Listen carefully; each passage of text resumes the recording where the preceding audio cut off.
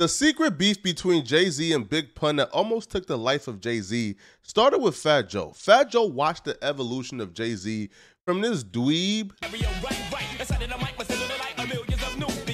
to a mafia boss. Thanks to a little change, I tore you out the game. And he felt as if Jay-Z was taking his swag. The real story is that Joe never liked Jay-Z.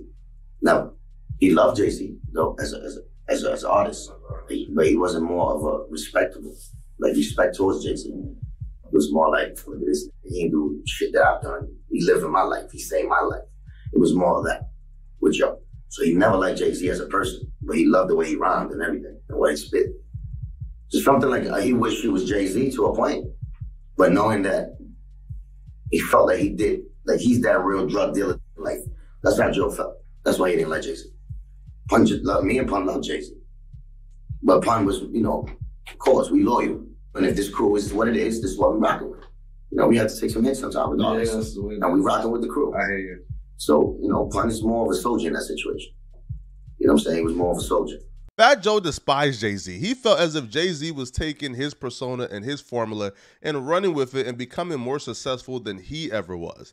Now, Fat Joe believed his suspicion of Jay-Z copying him was confirmed when Jay-Z sampled his ad-libs in a track called Bring It On. Bring it on if you think you can hang, and if not, then let me do my thing. Yeah. Bring it on if you think you can hang, and if not, then let me do my thing. And because Fat Joe felt as if Jay-Z was copying him, he was extremely upset when Jay-Z dropped this song, The City Is Mine, proclaiming New York as his city. And I let the world know that the city is mine. Fat Joe was the only one in his squad who really had an issue with Jay-Z and felt as if Jay-Z was a phony and a thief. Big Pun was a huge Jay-Z fan. He loved Jay-Z. But because Fat Joe didn't like Jay-Z, Fat Joe convinced Big Pun that Jay-Z was a phony gangster and a thief as well. Pun's beef with Jay was never personal. It was more of what Joe was implicating and putting in his head. And it was more jealousy towards Jay. It wasn't even real where, you know, they had a situation, Jay did a dirty thing. It was just like Joe always felt like Jay was telling everybody his story, like Joe's story, that he was that real, and Jay was fake. The friction between Jay-Z and Fat Joe was just a running rumor in the streets. It was nothing too serious, but people on both sides were working to bring the two crews together. Now, one of those people was a promoter who attempted to have Jay-Z and Fat Joe on the same show as an attempt to sort of bring both crews together. Memphis Bleek was there. The whole Rockefeller was there. You know, and it was love. It was all in the VIP. It was love. It was gonna wait till Jay-Z come out. I thought that was gonna be like a nice little, you know, come together. The promoter was a member of Terror Squad, Big Pun and Fat Joe's crew. Now, he thought he was doing a good thing and helping to sort of fix this friction between the two crews. But there was a miscommunication surrounding the $15,000 he paid Jay-Z to perform that night. For some reason, Jay-Z like ended up like welching, not coming out, or saying, yo, it's too little for money. $15,000 at that time was a lot of money, but Jay-Z came into the rap game with millions from the drug game. So $15,000 was nothing for Jay-Z, and his booking fee was much higher than $15,000, while other New York rappers was taking the $15K. So Jay-Z thought the $15K was a walkthrough fee. He was gonna come, show his face, and then leave. The promoter thought the $15K was for Jay-Z to perform. So when Jay-Z ultimately left the venue without performing, the promoter went to Memphis Bleek in the Rockefeller section to ask them where Jay-Z was. Next thing you know, what happened in that room, all I know later on, it was like Memphis Bleek and his people hit with a bottle on his head. It's currently unclear what was said by the promoter that made Memphis Bleek and Rockefeller attack them, but the promoter was a member of Terror Squad, so Terror Squad was not going to take it lightly. And they was both in the same club at the same time, so the promoter went back to Big Pun and Terror Squad section to tell them how he was just attacked by Rockefeller. So now the Terror Squad associate comes and he walks back to the VIP where we all at, bleeding. He said, yo, twin, they flipped on me. Once that happened, it was a wrap. Once that happened, it was a wrap. Big Pun and Fat Joe, who was already looking for a reason to beef with Jay-Z and Rockefeller, finally had their reason. So when Big Pun heard that they just attacked a Terror Squad member, he pulled out his butcher knife, and the entire Terror Squad ran over to Rockefeller and started an all-out brawl in the middle of the Carbon nightclub. We both in the VIP, so now we flipping on, you know, he pull out a Rambo knife. I'm on top of the bar flinging bottles, just swinging, you know, R&S is beating up over there. So we just started just wilding because we seen that. We actually seen one of our people bleeding and them saying it was one of them. So at the end of the day, we went at it. Like me, Bun, everybody, we went at it with the Rockefeller at the time. You know, at the time, it was, you know, he got beat up. He got chased out of the fucking VIP and whatever. Jay-Z wasn't there. You know what I'm saying? But we definitely didn't lose nothing that day. Just put it like that. Got chased the fuck out of it. Bleak was in there, and the whole like Rockefeller, the street, and artists, other artists. But I don't know, like Beanie and them. I don't know at that time if we was there or not. But I know we got busy. We got busy to the point that they all exited the side door and left. They ran Rockefeller out the club through the side door. Now, Jay-Z, for all intents and purposes, had already left the club, but for some reason, there was an odd rumor floating and circulating that Big Pun had cracked Jay-Z in the head with a champagne bottle. Pun, man. I always wanted to know, man. Is it true that Pun story hitting Jay with the bottle? Yeah, absolutely. Sorry. Yes, absolutely. I think they were beefing over who was closing. I don't remember, but I remember I think Hov and them had brought like 80 to the spot, and Slime and them was like 8 or 10 or maybe 12 deep, and it just took the fan. And from what I heard, because I wasn't there, Pun was football tackling all of them. Like Pun was tackling them, and he was hit in the head with a bottle. From what I heard, and Joe and Jay still hasn't got over that. That was Nori telling Taxstone on the Taxstone podcast that Big Pun absolutely hit Jay-Z in the head with a bottle. Now, Jay-Z has denied this on several occasions, and he even called Nori personally to let Nori know that what he told Taxstone was absolutely incorrect and that he needs to correct it the next time he talks about this situation. I was like, you can't care about this. And he was like, nah, I don't care. I care about you knowing. So I said, how do we fix this? He said, nah, we don't need to fix it. But if the interview ever comes up again, I locked the number in, I'm never using it. Jay-Z will also deny Pun or anybody hitting him in the head with a bottle on the True York mixtape in 2007. For instance, tell you that hoe got hit in the head with a bottle, either somebody lying to him or he lying to y'all. Fans will take this line from Big Pun's ban from TV and claim that this was Big Pun insinuating that he hit Jay-Z in the head with a bottle. Champagne on the rocks, spawn the Fort Knox Lazarus, shark salad with cabbage, pork chops and applesauce. Champagne on the rocks. Obviously, champagne on a rock could be a double entendre. Champagne on the rocks as in a drink, and champagne on a rock as in a champagne bottle on the head of a Rockefeller member. But ultimately, Big Pun's wife would deny that Big Pun ever hit Jay-Z in the head with a bottle. So this story, you know, about Pun hitting him in the bottle, I don't know where it came from. I don't know why they keep bringing it up or keeping it alive, because the truth was, it wasn't the truth. You know what I'm saying? If it was true, I'd be gladly say that, yeah, he hit him over the bottle and he knocked out her, but that's not the case. People got it twisted with that. It was 2 altercations with Jay-Z. It was that one, the club in Carbons. Yeah. That was a whole different thing. That was, Jay-Z wasn't even there. But DJ Woo Kid, a popular DJ at the time, will offer up an alternative theory that somebody outside the club smacked Jay-Z in the head with a bottle as Jay-Z was trying to escape and flee. Where Jay went out the wrong way in the club in the back, and then they hit him with a bottle. But Jay, I think, they tried to escape on behind the club, and then when he went, Jay running. I mean, I don't know if he was running, but he escaped from the back. But when he escaped from the back, the Terror Squad dudes was there. Oh, he ran right into the fire. And then bing, and they hit him, and then he just never responded to that situation. But you know, me being in the industry with the mixtapes, we hear all this shit. It's unclear where DJ Woo Kid got that story from, because he's literally the only person I've ever heard told that version of the story. Now, Combat Jack would have an alternative theory. Now, he would say he heard they actually hit Dame Dash in the head with a bottle and put him out for some days. Did they hit Jay or they hit Damon? No, they hit Jay, I think. I think Jay got hit with a bottle. Because I remember that knot on Damon's big-ass head. Like, I remember, I used to represent Damon. Okay. And I remember one time he came to my office, he had a big bandage on his head.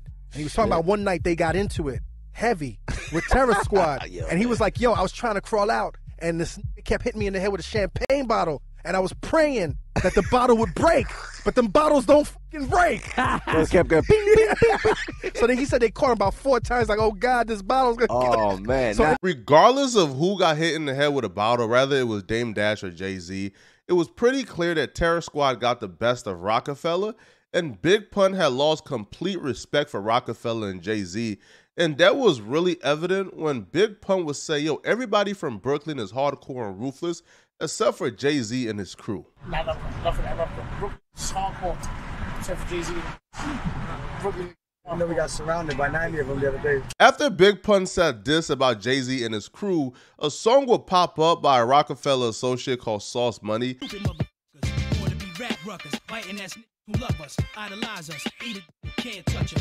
where people would attribute it as being a Big Pun and Fat Joe and Terror Squad diss. Now, Sauce Money would deny the fact that he was ever dissing Big Pun or Fat Joe in Middle Finger U. There was a situation with me and Pun. I had put out a record called Middle Finger U, the title track, and, you know, for some strange reason, he thought I was talking about him. But, I didn't know you. I didn't know him, so I don't have a reason to talk about you, you know, so. Sauce Money did a record, said something about you fat too, you know what I'm saying? So it was indirect to Pun and Joe. Yeah, Joe and Pun was mad. I knew about it because they told me, I heard the record with them. I don't really know exactly when this started or why it even started. I know that, you know, we didn't have a problem with them. You know, I think it was more of them having a problem with Rockefeller. For whatever reason, I don't even know the reason. It's kind of odd and insane that Sauce Money is still denying the fact that he was dissing Big Pun and Fat Joe when he clearly was.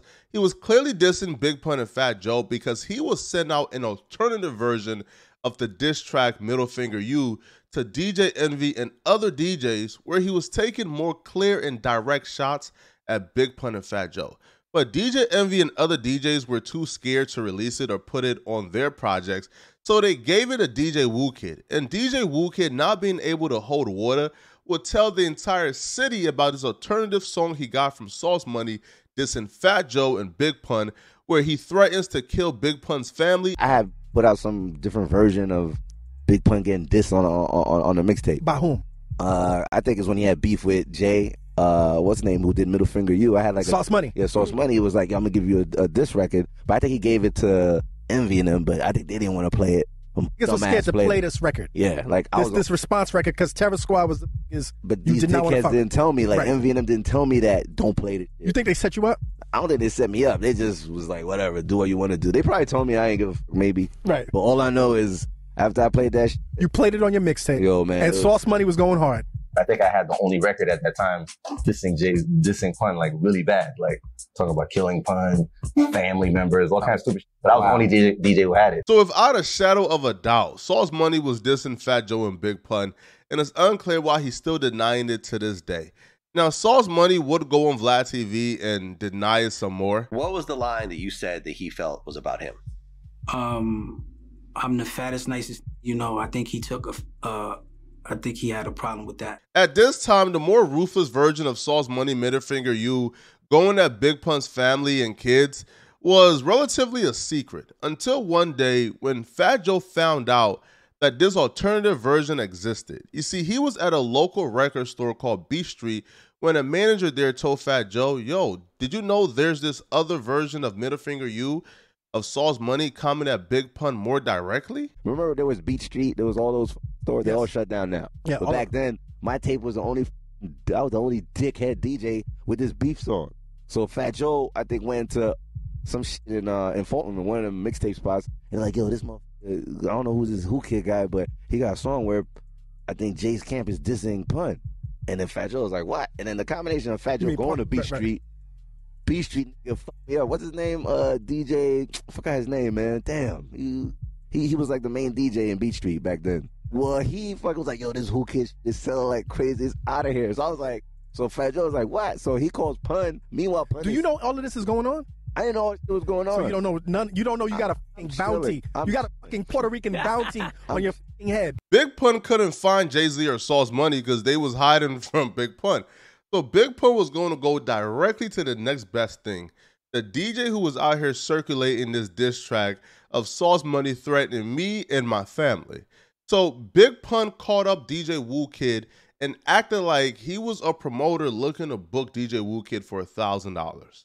So this guy tricked me into I didn't know it was Big Pun calling me, so I thought it was a promoter. Right. So this Pun calls me, and then I'm thinking it's the promoter because I didn't want the promoter to call my manager. They were gonna pay me $1,000. Who's your manager at the time? This guy named Blayton, but I didn't want Blayton to know that I'm about to get a G. I was getting like $300-400 you such a shiesty nigga, man. Haitian, man. Like, yo, you such a shiesty motherfucker. $1,000. I was like, what? You know, back then that's like 10 G's. Yeah. I felt like Tiesto or something, man. DJ Woo Kid, being so thirsty for this $1,000, got into his vehicle and drove to the spot that Big Pun told him to meet him at.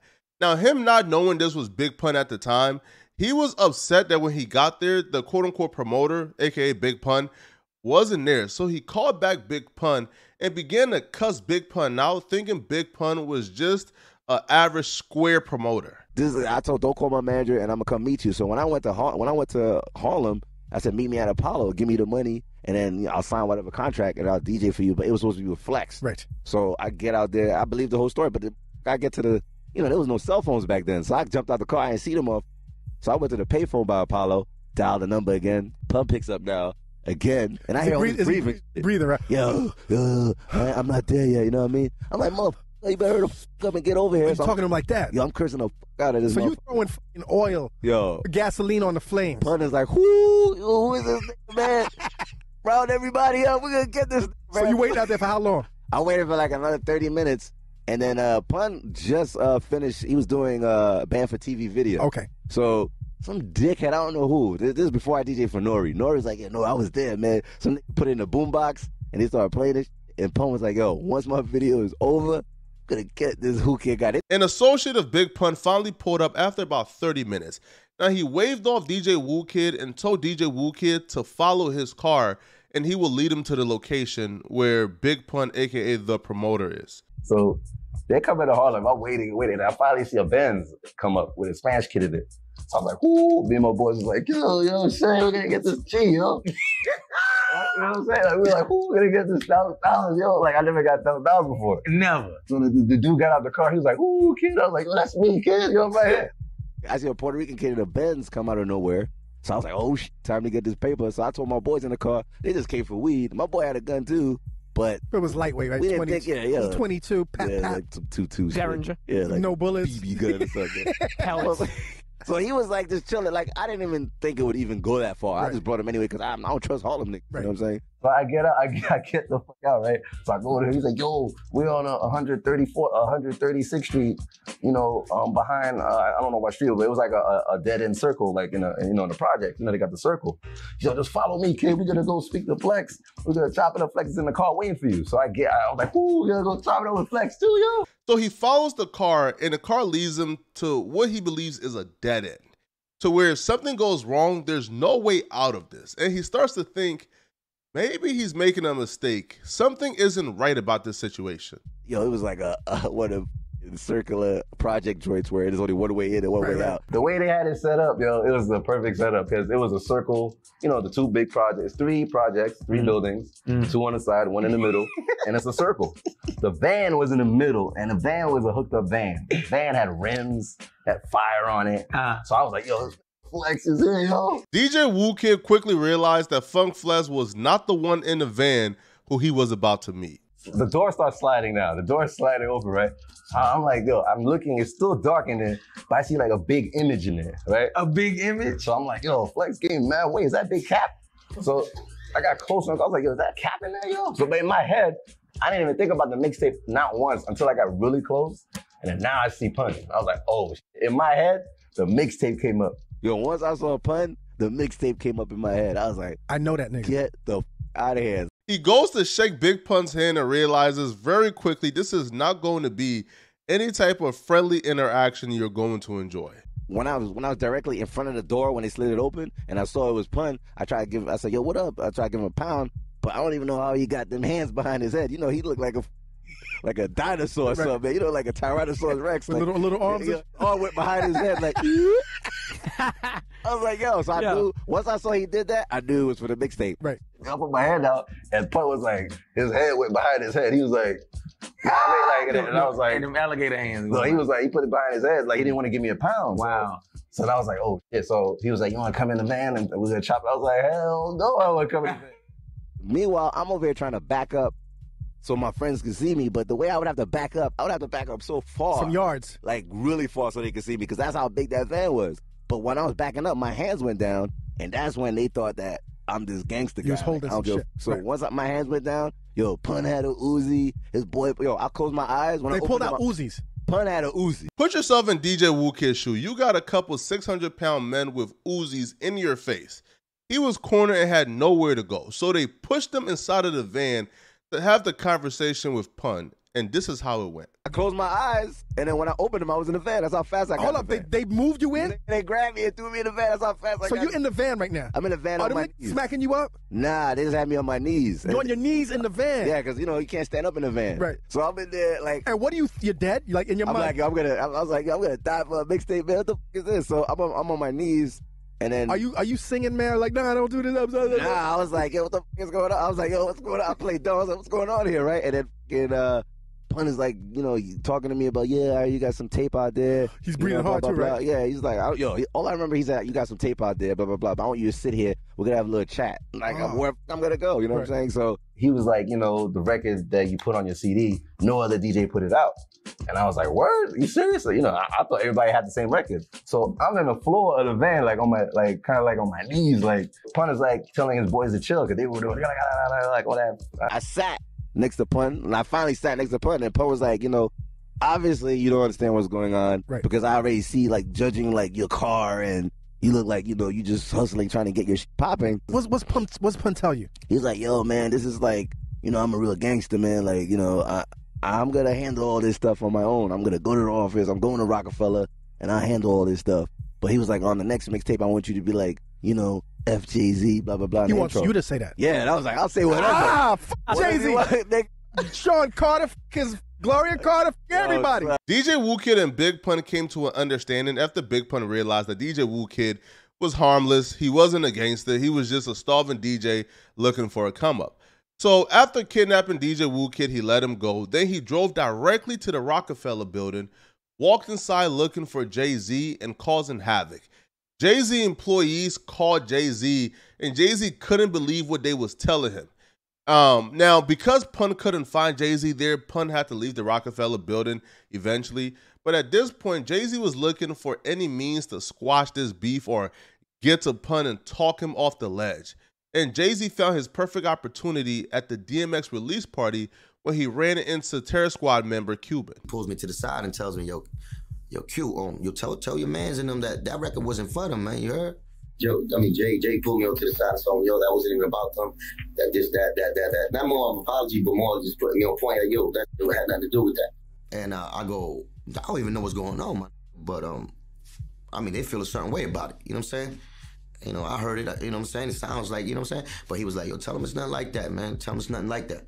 You know what I'm saying? I said, yo, they feel a certain type of way. You know what I'm saying? I told him just like that. So they feel a certain type of way. He was like, yo, man, tell them that's a photo, man. You know, don't even think it that way. And, you know what, surely, you know, he told me, yo, tell him the show is not about whatever. So I go back and I tell, you know, these, yo, did y'all hear about the songs that you're trying to get at us? They was amped up already. So I said, I'll tell him. He gave me that. And then, you know, I went and told him there was nothing. You know what I'm saying? But they still felt that way. You know what I'm saying? Jay-Z felt because he talked to Cuban Link and had a great understanding and pieced it up with him, he thought the beef with Fat Joe and Big Pun was over. He thought Cuban Link would let Fat Joe and Big Pun know that Jay-Z don't want no smoke, he want peace, and they'll be talked off the edge, and they will realize that Jay-Z is not their enemy, and the beef will be squashed. And that's why Jay-Z had no issue being on the same show in Chicago with Big Pun and Fat Joe because he felt like the beef was over. But Fat Joe and Big Pun thought that Jay-Z was just copping pleas, and they weren't ready to squash the beef completely. So at the show in Chicago, they went into Jay-Z's green room to confront him. There was another show date that we was at a show and Jay-Z was also performing, and Pun knew that Jay-Z was there. So because of the altercation between their camps, you know, he stepped up to Jay-Z to see if there was any beef or any problem. Then I saw Jay-Z again at a show. And He was chasing Jay-Z around the couch. Pun and Joe was chasing Jay-Z around the couch. And Jay was like, chill. I think they had a meeting with him in a room. Like they told him, "Yo, let me talk to you for a minute." And just Pun told me he was chasing him around the couch. Like, you know, Pun started wilding. You know, I remember how Pun used to get with the psycho, with the demons. He used to scare everybody with that. Like the demon shit that he's in him. So I know how I get. Joe and Pun went to meet him inside a room. And, you know, Jay was, you know, I'm a track star inside the room, around the couch. They came out the room and they chased Jay-Z around the couch. You know, that Pun and Joe came back and told me that. And my brother wouldn't lie to me. Like, he came back and said, yo, we had him running around the room. They chased Jay-Z around the couch? Yeah.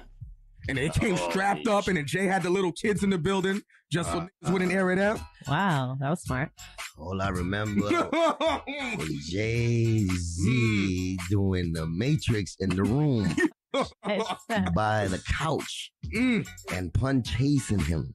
Wow! Pun chased Jay-Z. And Joe talking shit. In the unreleased version of Ether that Nas couldn't release because it was just way too flagrant, Nas would confirm that Big Pun chased Jay-Z around the room and Big Pun put a gun to Jay-Z's chest. Yourself a gangster, but you were begging for pardon that night in Carbon when Terror Squad flipped on your squadron. Try to front on their checks till Pun put a gun to your chest. Jay-Z apparently had the good Lord on his side because he was able to convince Pun not only not to pull the trigger, but also to squash the beef. Pun went in with Cuban and a few other guys and went to Jay-Z's green room. And as fast as they went in, they came out. And, you know, Pun came out and said there was no problem. You know, they squashed and it was all good. You know, Pun performed and Jay-Z performed, and he even let me, you know, because I was dying. I needed to see Jay-Z perform. So he let me go on the side of the stage and I see him perform. It's rumored that a part of their discussion, Jay-Z agreed that he would drop Saul's money from Rockefeller, which Jay-Z did shortly after their confrontation. However, before Jay-Z dropped Saul's money from Rockefeller, Jay-Z called up DJ Clark Kent and convinced him to get Big Pun and Saul's money on the phone so they could squash their beef. Clark Kent had called me. He put me on the phone with him, and, you know, we discussed it. You know, I let him know, like, you know, I don't really know you to dish you on the record. You basically kidnapped the dude for nothing. Like, cause I'm not.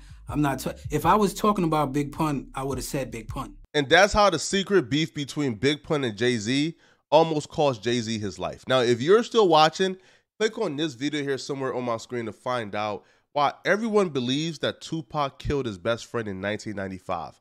Click on this video here to find out what I'm talking about. I'm gonna see you guys in this video, all right? I'm out of here, folks. Peace.